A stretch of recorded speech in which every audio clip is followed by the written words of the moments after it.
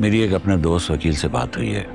उसने बताया है कि जब लाली की तबीयत स्टेबल हो जाए तो हम पुलिस को इन्फॉर्म कर दें। और अगर उन्होंने लाली को ही गिरफ्तार कर लिया तो फिर हम क्या करेंगे अब्बा?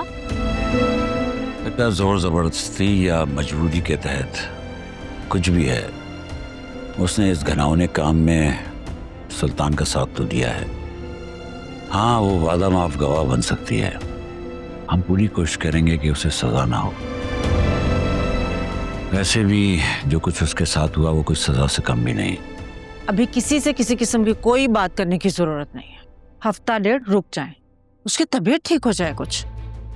अल्लाह उसे और उसके बच्चे को अपनी हिफाजत में रखे, बस दुआ करें उसके लिए।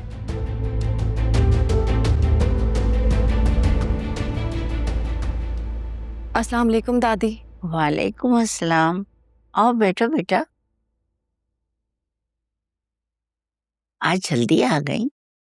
बस घंटा पहले ही आई हूँ। बेटा, तुमसे एक बहुत जरूरी बात करनी है। जी दादी, सब खैरियत है? हाँ बेटा, सब खैरियत है। तुम्हारी वालदा से बात हुई थी, वो बहुत परेशान थी फिजा को लेकर। बस दादी, क्या ही कह सकती हूँ। कभी मोहल्ले वाले चले आते हैं, कभी खानदान वाले। जितने मुंह उतनी बातें। अम्मा पहले ही जोया की वजह से बहुत सेंसिटिव हो गई हैं। पता नहीं ये मसला कैसे हल होगा। देखो बेटा, इस मसले का एक ही हल है, फिजा और अकरम की शादी करा दें। दादी, इस घर में तो शादी के नाम से ही मुझे खौफ आने लगता है। अरे ऐसी क्या बात हो गई है, तुम परेशान नहीं हो। जैसे ही बच्ची का निकाह हो जाए फिर मैं फिजा के लिए भी बात करूंगी। आपने जुनैरा से बात की है? कैसी बात? निकाह के हवाले से। निकाह के हवाले से? मैं कुछ समझी नहीं। हाँ, मुझसे उसने बात तो की थी कि वो किसी को पसंद करती है, इस रिश्ते से वो राजी नहीं है, लेकिन मेरी समझ में कुछ नहीं आया। क्या तुमसे भी उसने कोई बात की है? छोड़ें इस बात को, मैं तो बस आपसे सलाम दुआ करने आई थी। नहीं बेटा, तुम मुझसे कुछ छुपा रही हो। तुम मुझे बता सकती हो, बताओ मुझे क्या बात है। जी, छुपा तो रही हूँ, लेकिन जिसका निकाह है वो ही जाने। मैं अगर कुछ कहूँगी तो फिर नौशीन आंटी को बुरा लग जाएगा। अरे कुछ नहीं कहेगी वो। वैसे भी वो कड़वा करेला हर वक्त खाती है, इसलिए कड़वी कड़वी बातें निकलती हैं मुंह से। पता नहीं मेरे बेटे हयात ने इसके साथ इतनी जिंदगी गुजारी कैसे। चलें दादी, इस पर फिर कभी रोशनी डालेंगे। अभी मैं चलती हूँ।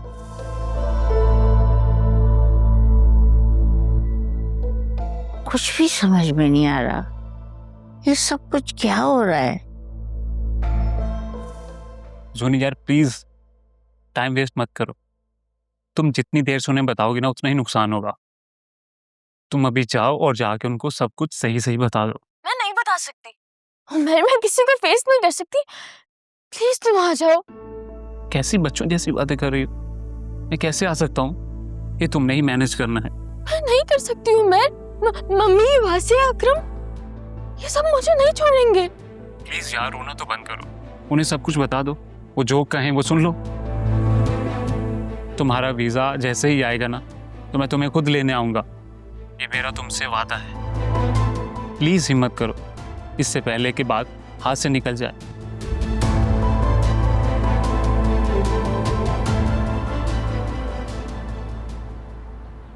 अकरम, तुमने जो वीडियो फैमिली ग्रुप में डाली है ना फिजा की, अरे क्या देख के मेरा तो दिल खुश हो गया। क्या बहादुर लड़की है भाई, लड़कियों को ऐसा ही होना चाहिए, बहादुर। माशाल्लाह माशाल्लाह।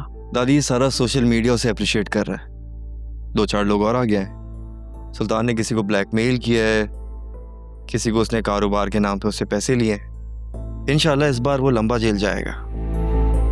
अच्छा है ना, 25-30 साल तक जेल में सड़े हो।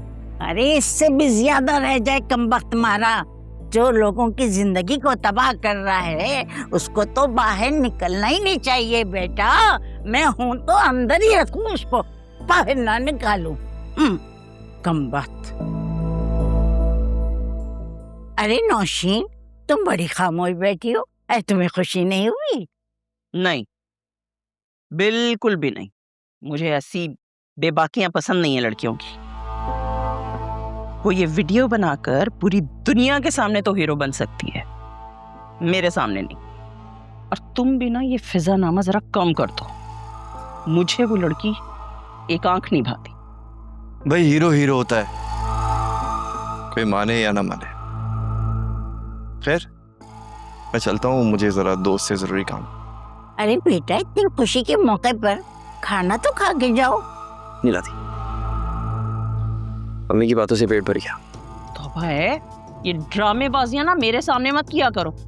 होगा इसका अपने दोस्तों के साथ पिज्जा बर्गर खाने का प्लान और मुझ पे डाल रहा है। जाते हुए अपनी बहन से कहते जाना मेरे कमरे में आके मुझसे मिले, मुंह लपेटे पड़ी रहती है।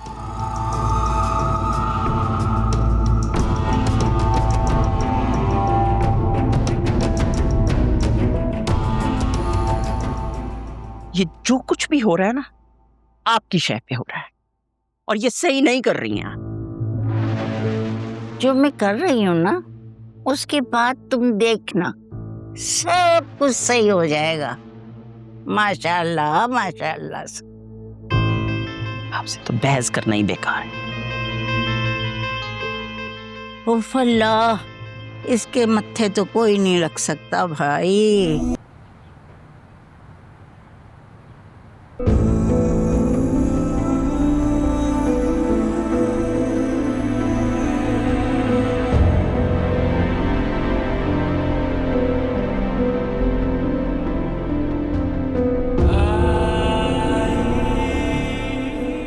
मम्मी, मुझे आपसे कुछ बात करनी थी। क्या? वो जो कपड़े अनीता आंटी ने भेजे थे और जो सारा सामान था, वो आप उनको वापस कर दें। क्या पागल हो गई हो तुम? अरे अच्छे खासे सामान और कपड़े हैं, क्या हो गया भाई? अगर पसंद नहीं भी आए तो भी पहन लेना। देखो सारी जिंदगी पड़ी है, बाद में जो दिल चाहे अपनी पसंद से खरीद कर पहनती रहना। एक तो मुझे तुम लोगों की समझ नहीं आती। मम्मी, बात ये नहीं है, बात कुछ और है। क्या बात है जुनैरा? देखो मैं तुम्हारी कोई फालतू बकवास नहीं सुनने वाली हूँ। ठीक है वो कपड़े और सामान पहन लेना उन्हें,